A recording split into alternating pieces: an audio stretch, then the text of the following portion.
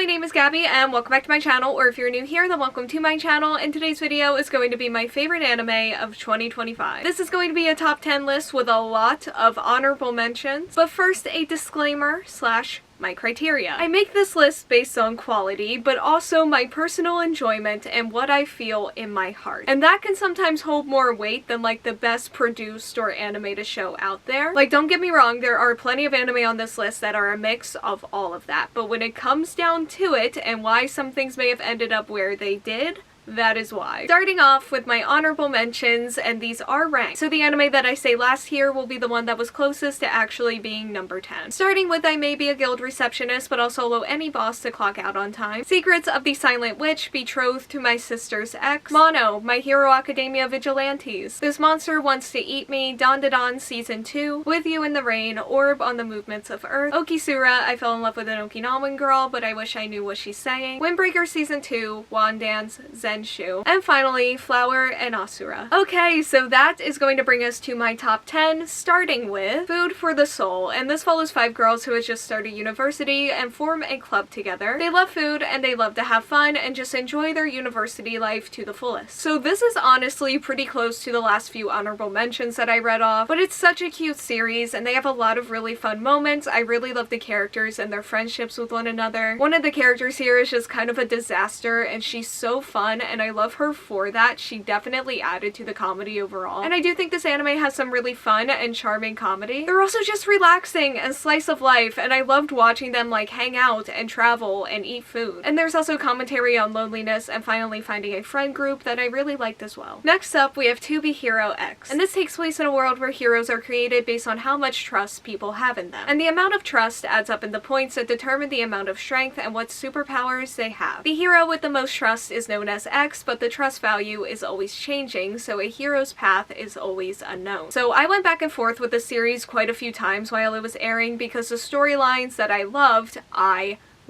but the ones that I didn't enjoy as much, they were just kind of there, and I was just kind of waiting for them to end and start a new storyline. That being said, I really love the way everything came together here, and their animation is actually insane. Like, I will never forget watching the first episode of this and just being so blown away by it in a way that I never expected. And all of the choices that they made just feel so smart. They also have a handful of characters that I really love and a setting that I think is interesting, and even though I didn't love every storyline, I liked and appreciated the way each storyline expanded upon the world and the setting. And it did leave off at a point where I am very excited for season 2. Next up, we have City the Animation. This takes place in an ordinary city and follows the not so ordinary people who live within it. So I forgot to review this series when I talked about my favorite summer anime, and at the time that I realized that I forgot to talk about them, I was like, well, you know what, they were probably only going to be like a quick honorable mention anyway, and yeah, they sure proved me wrong. This anime was probably some of the most fun that I had all year, and when I loved their comedy, I really loved their comedy. They're so weird, and I mean that in the best way possible. Like, it's chaotic, and I really love the way that it combines with the animation, which, on that note, the series does a lot of really amazing things with its animation. Like, it was super impressive, and again, it felt like they made a lot of smart choices. The series also has a lot of really lovable characters, and while I wouldn't say that every joke landed for me, what did?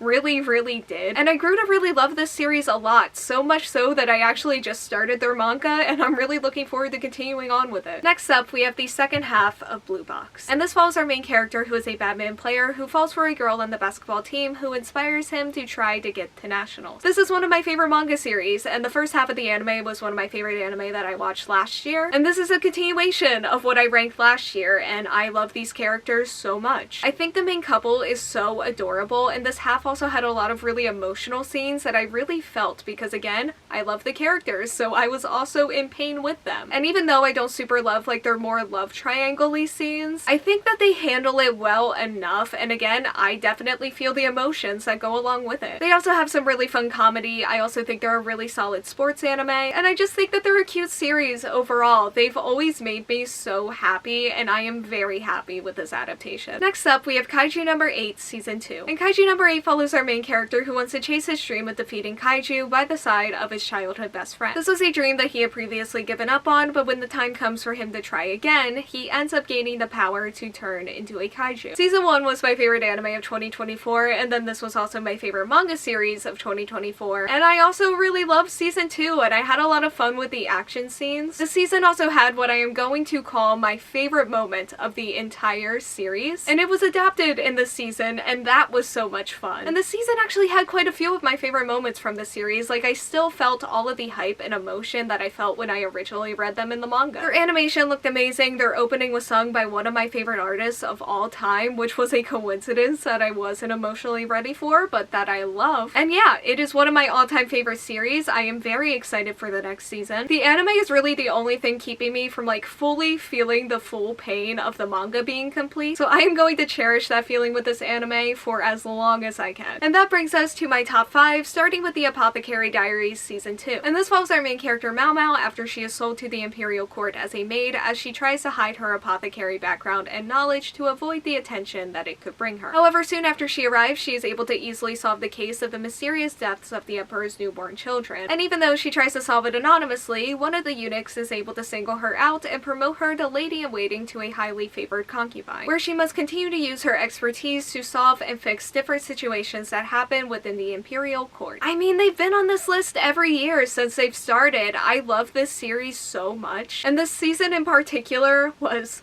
wild. But we'll get to that in a second, because first, I really enjoyed the mysteries this season. I don't always get into mystery as a genre, but the Apothecary Diaries has been consistently an exception to that. We also learned a lot this season when it comes to the characters and just the history. Like, this felt like a really important season for the series as a whole. And I loved all of the reveals, and as for the romance, I mean, I love them, but this season went like a little bit harder for them than they usually do, and they did it in a way that was so wild. And like, I do have my critiques for Jinshi's character, specifically when it comes to the romance, but I still had so much fun with this. There were times where I genuinely could not believe what I was seeing on my screen, but it was there, and they're just by far one of my favorite series that I watched all year. Next up, we have Gachia Kuda, and this follows Rudo, who lives in the slums under the shadows of the rich. After being falsely accused of murder, he is exiled off the edge of the floating town where they throw their trash. And in order to get the truth and also his revenge, Rudo is going to have to join the cleaners of the surface and battle the trash beasts that humanity has created. I read and caught up to their manga before the anime aired, and I love this series so much. I am very, very happy with this adaptation. Like, this is a series with a lot of energy, and I feel like that energy has been properly honored here. The second half of the season is also one of my favorite storylines that the series has to offer, and it was the arc that first made me realize that this series was going to be an all-time favorite for me when I read their manga. And I love the characters. There is such good group chemistry here and a lot of fun moments and comedy. I also really love the action scenes, and I said this when I ranked all of the manga that I read in 2025, but it's still true for both of their anime. This and Kaiju number 8 have some of the best action scenes that I have ever had the pleasure of watching. Like, they're so fun and their animation looks so good. But the series can also be dark at times for sure, and I just really felt all of the emotions while watching this, and I just feel like everything was adapted super well, and I know the story is just going to be consistently great from here on out, and I am just so excited for the future of this series. And that brings us to my top 3, and I do think my hardest decision, besides who was just going to be number 10, was between 2 and 3 here, but I'll explain why I made the choices that I made soon. Because at number 3, we have The Fragrant Flower Blooms with Dignity, and this follows a second year in high school who attends Chidori High, which is a boys' school who takes in the boys with the lowest grades, and they are considered to be the dregs of society. And that is especially the case by the girls who attend Kikyo Girls High, a high school where wealthy and high-class families send their prestigious daughters. And our main character has an appearance that is often considered to be scary by others, but he really has a gentle heart. And while helping out at his family's patisserie, he meets a girl. They hit it off immediately, but things get much more complicated when he realizes that she is a student at Kikyo. This was my favorite manga series that I read in 2025, and it's another one that I read and caught up to in 2025. Like, they're one of my favorite romance manga of all time, and now they're also one of my favorite romance anime of all time. They're such a sweet and adorable and wholesome series. I love the characters so much, and I adore their relationships with one one another and just how they communicate. And even though they haven't been renewed for season 2 yet, again, if they do, I know it's only going to get more wholesome and amazing from here. But yeah, it was really nice to see the beginning of this series get adapted. I loved revisiting it so much. The main couple is genuinely one of my favorites of all time, and they had so many incredible moments. And it's just another case of me watching some of my favorite moments from the manga get adapted into a really amazing anime adaptation. Like, I always knew that they were going to be really high on this list, and honestly, that's kind of the reason why they're third and not second. I love their manga, and I knew that as long as the adaptation was good, it would be here. But I didn't know that my runner-up would be here until I watched it. And that is season 1 of Medalist. And Medalist follows our main character, Inori, who has always dreamed of becoming a figure skater. However, she is already what the figure skating world considers to be too old. She's always had trouble at school, and her mother is fully against it, but despite all of this, the skating rink is the only place where she feels like she can be herself. And she ends up meeting Tsukasa, who is struggling with his own skating career path, and they form a coach and student team who have an unshakable belief that they can prove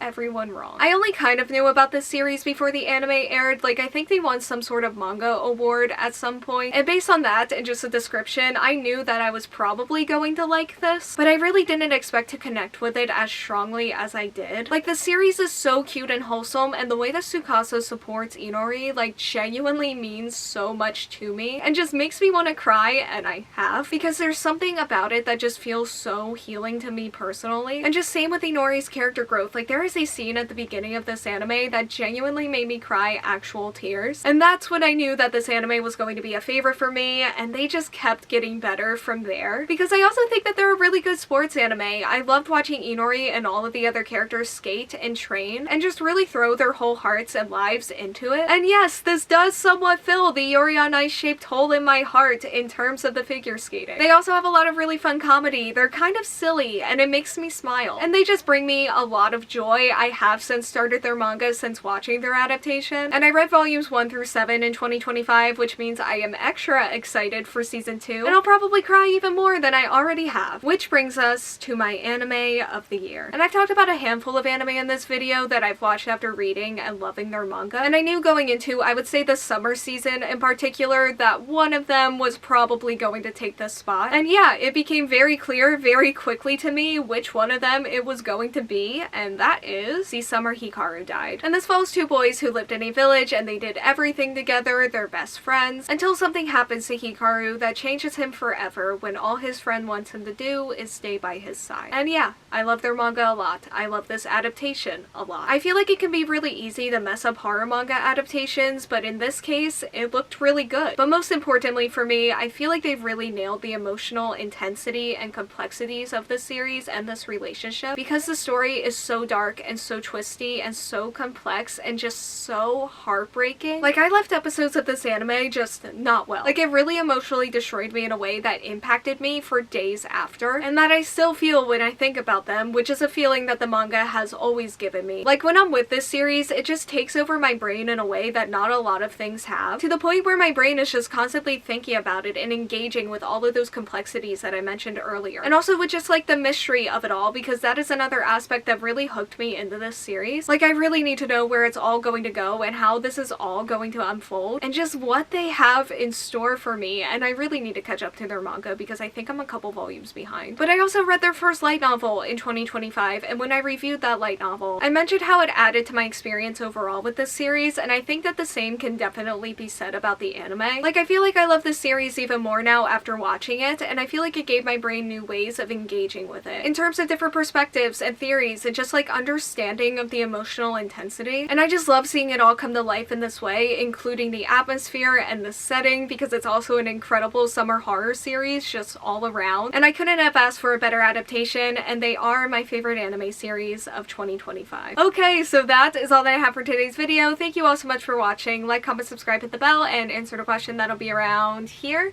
if you want to do that, and hopefully I will see you here next time. Bye!